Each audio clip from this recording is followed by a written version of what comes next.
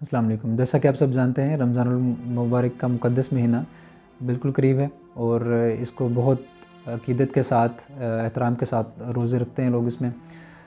अब इसमें बहुत सारे मरीज़ स्पेशली जो शुगर के मरीज़ हैं, उनके ज़हन में बहुत सारे सवालात होते हैं कि क्या मेरे लिए रोज़ा रखना फ़ायदेमंद होगा? क्या मैं रोज़ा रख सकता हूँ? या रोज़ा रखने से क्या-क्या ख़तरात हो सकते हैं? वो कौन-सी कंडीशंस हैं जिसमें रोज़ा मुझे नहीं रखना चाहिए? तो अक़ीदत के लिहाज से लोग इसमें रोज़ा रखना भी चाहते हैं और छोड़ना नहीं चाहते। तो इसमें सबसे जो ज़रूरी चीज़ जानने वाली है वो ये है कि शुगर के साथ बहुत सारे मरीज़, बहुत सारे लोग रोज़ा रख सकते हैं। अगर आपके बहुत अच्छा कंट्रोल चलता आ रहा है तो शुगर के मरीज़ रोज़ा रख सकते हैं। लेकिन कुछ कंडीशंस ऐसी हैं कि उसमें रोज़ा आपको नहीं रखना चाहिए। बिल्कुल ये एक ऐसा उज़र है कि जिससे आपकी जान को ख़तरा हो या आपका मर्ज़ बढ़ जाए, तो उसमें अल्लाह ताला ने आपको छूट दी हुई है कि अपनी जान के साथ ज़ुल्म ना करें और आप रोज़ा उस सूरत हाल में छोड़ सकते हैं। अब कुछ चीज़ें ऐसी मैं बताऊँगा कि जिसके ज़रिए आप बहुत अच्छा कंट्रोल करके अपनी शुगर को बेहतर कर सकते हैं। कुछ लोगों की मेडिसिन जो है वो कम हो जाती है इवन। तो 3 चीज़ें हैं जिसके ज़रिए आप ये सारा काम कर सकते हैं। नॉलेज, डिसिप्लिन और कैलोरीज़ मैनेजमेंट। अगर कैलोरी मैनेजमेंट आप अच्छी कर लें, आपको प्रॉपर नॉलेज हो कि आपकी शुगर का रिकॉर्ड कैसा जा रहा है और आपने क्या खाना है, सहरी के वक़्त क्या खाना है और इफ्तारी के औकात में क्या खाना है और रूटीन कैसे सेट करनी है। तो और इसको प्रॉपर डिसिप्लिन के साथ लेकर चलें तो आप तमाम रोज़े बगैर किसी मसले के रख सकते हैं।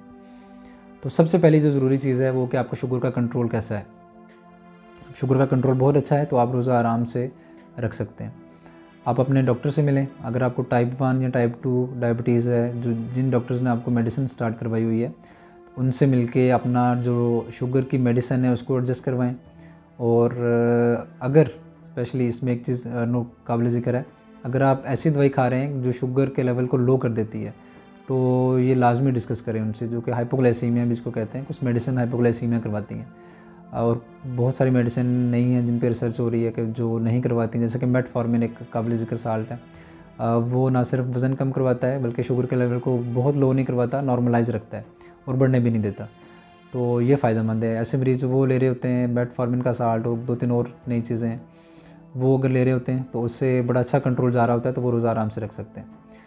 तो जिन जिन अद्वियात शुगर का लेवल कम होता है या लो होने का ख़तरा होता है, तो उनमें स्पेशली इस चीज़ को मद्देनज़र रखते हुए वो रोज़ा रखें और एहतियात के साथ चलें। सहरी में हमारी जो रूटीन है, बल्कि रोज़ों में सब लोग ये ऑलमोस्ट ऐसा ही ध्यान होता है कि अपना मैं शुगर का मरीज़ हूँ तो मैं पेट भर के सारी चीज़ें खा लूँ। ऐसा बिल्कुल नहीं करना। एक तो रूटीन तो ये सेट करनी चाहिए कि सहरी के वक्त कम से कम एक खजूर शुगर का मरीज़ ले सकता है और कोई ऐसी खुराक लें जो कि आहिस्ता से हज़म हो और पूरे दिन में आपको एनर्जी देती रहे।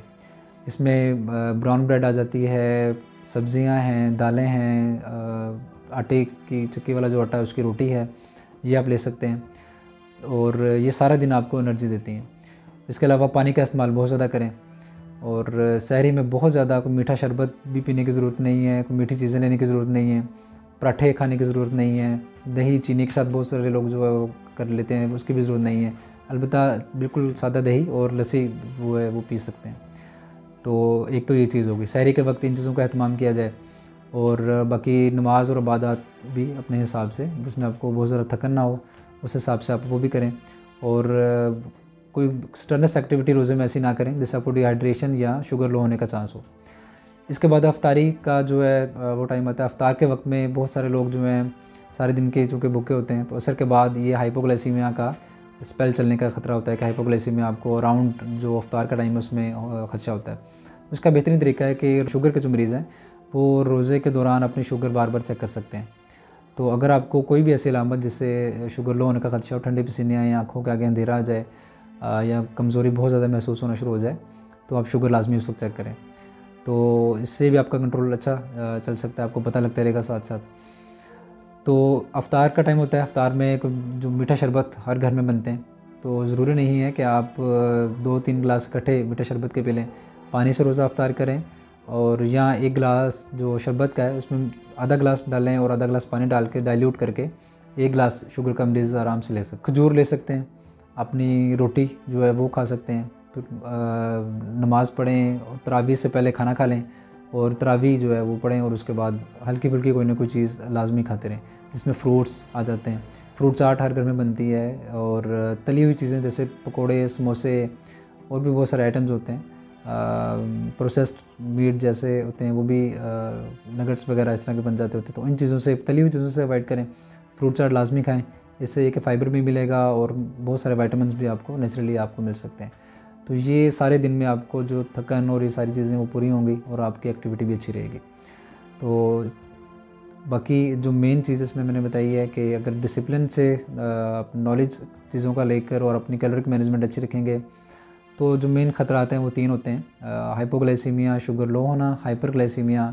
अगर आप बहुत ज़्यादा खाएँगे इफ्तार में, सहर में, तो शुगर बहुत ज़्यादा हाई भी रह सकती है। उसके अपने खतरात हैं, वो हम मज़ीद चंद वीडियोस में इसके बारे में हम आपको बताएंगे। और तीसरी चीज़ है डिहाइड्रेशन।